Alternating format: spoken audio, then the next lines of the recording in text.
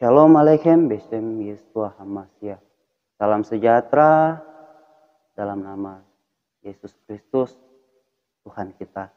Puji syukur kita boleh ada hingga hari ini, semua karena kasih dan penyertaan Tuhan.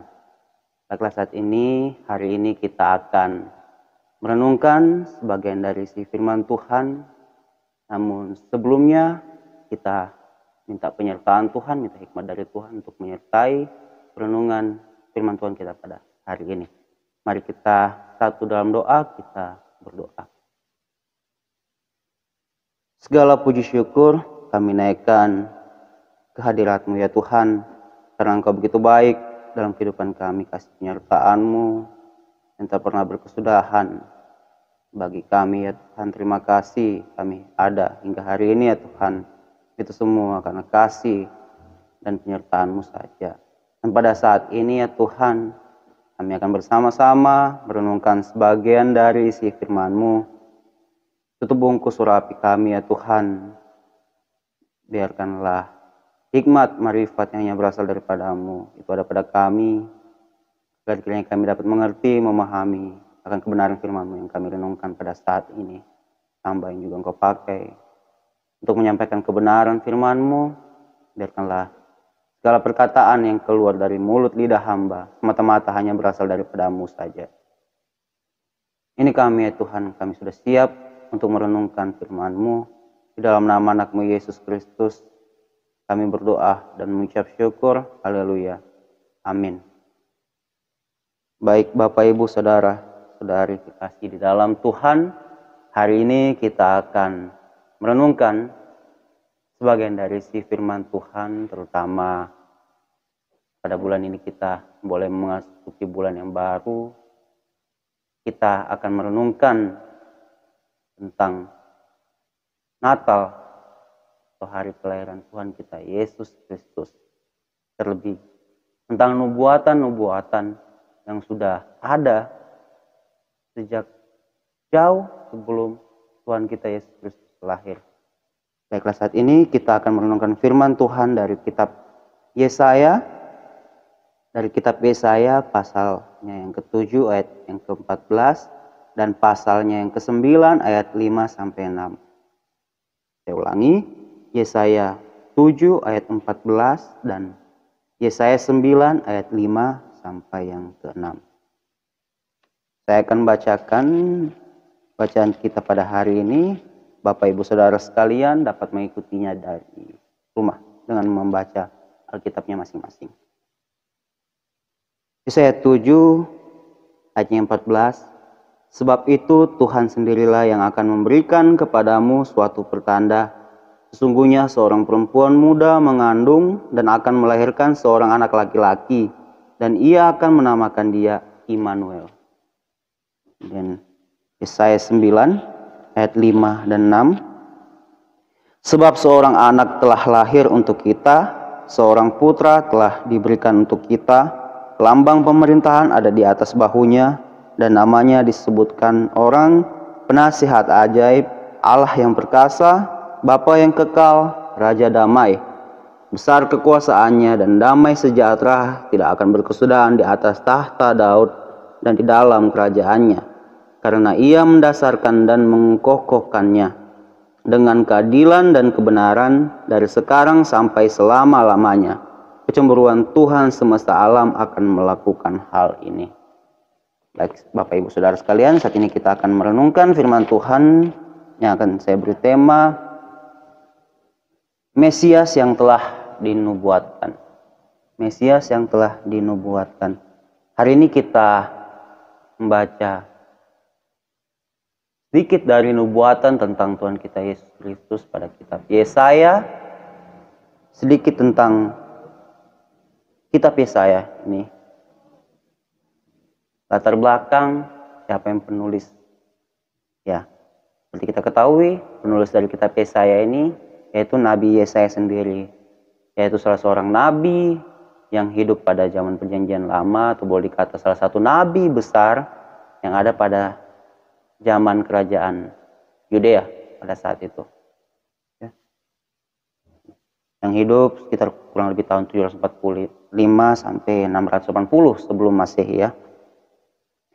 Mana Nabi Yesaya ini itu kalau boleh dikata merupakan salah satu orang yang terpandang pada saat itu, orang yang berpendidikan, terdidik, bahkan boleh dikata juga salah seorang ahli politik pada saat itu di kerajaan Yehuda.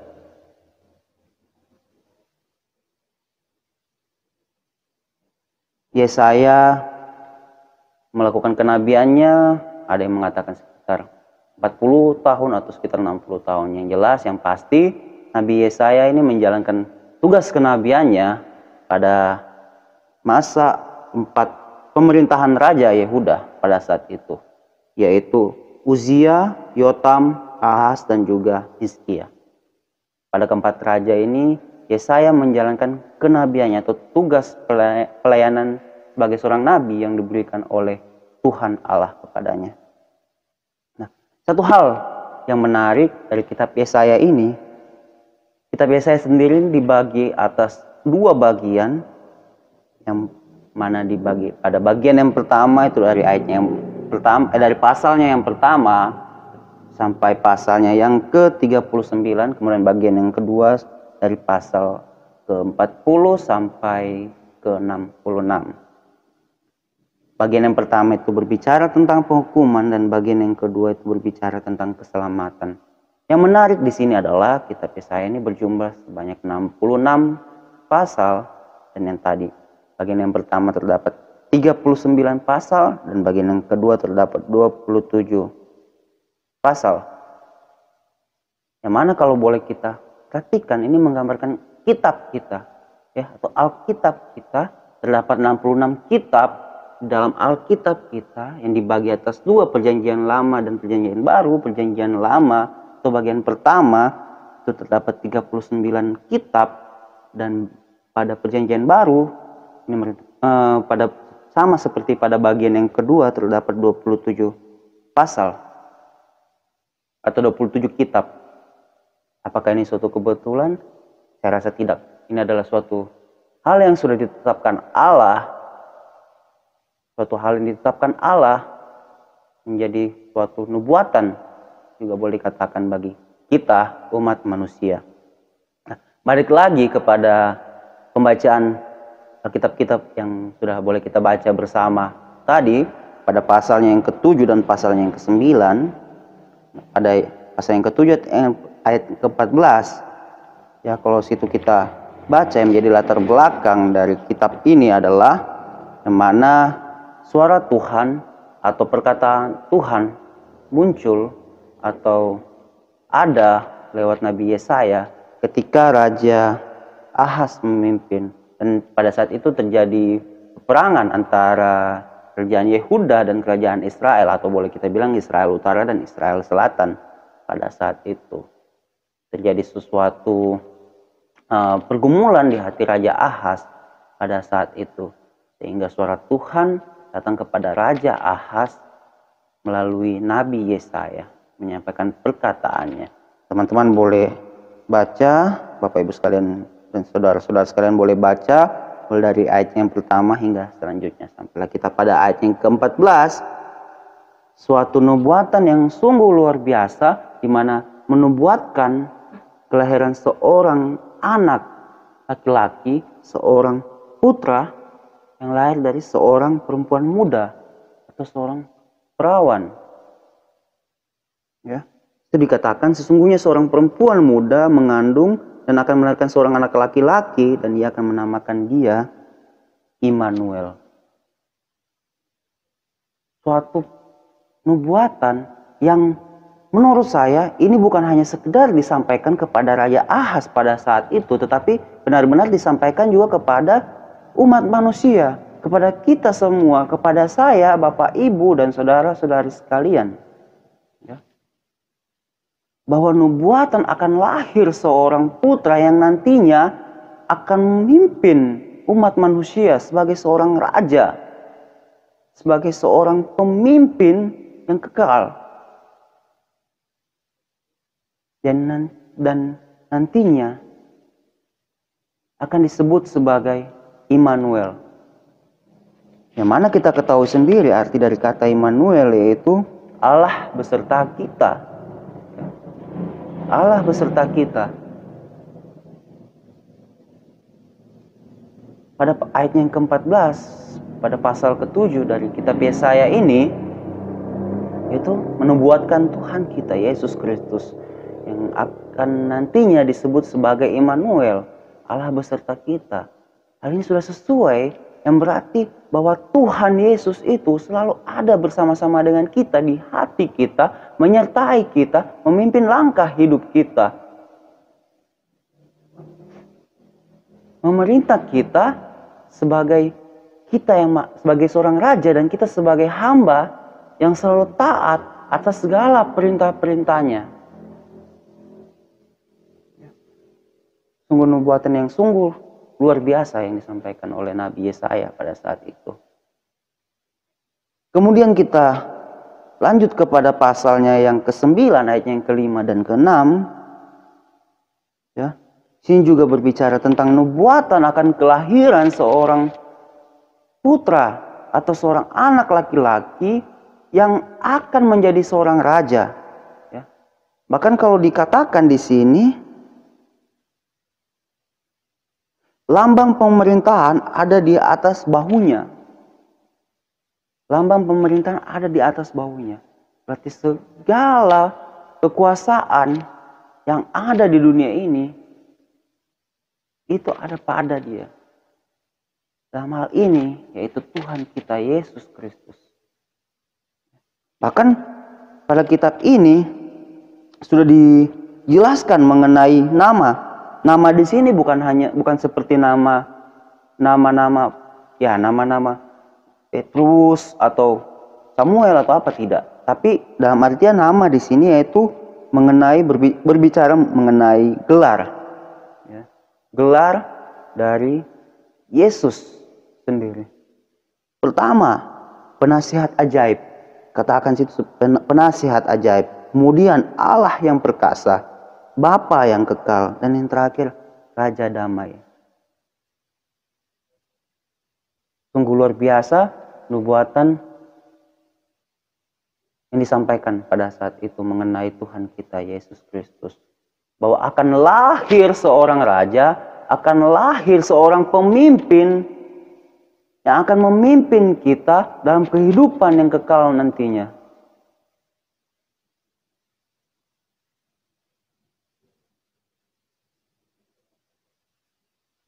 Seorang penasihat ajaib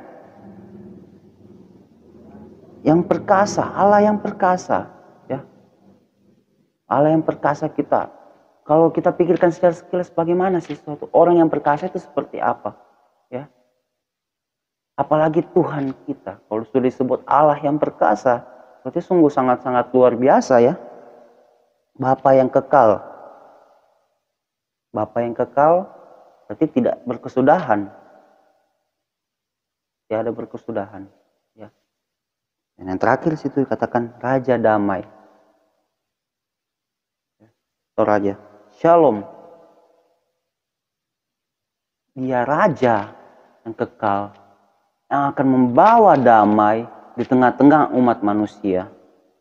Di tengah-tengah kita, umat-umat pilihannya, yang selalu senantiasa percaya kepada Dia.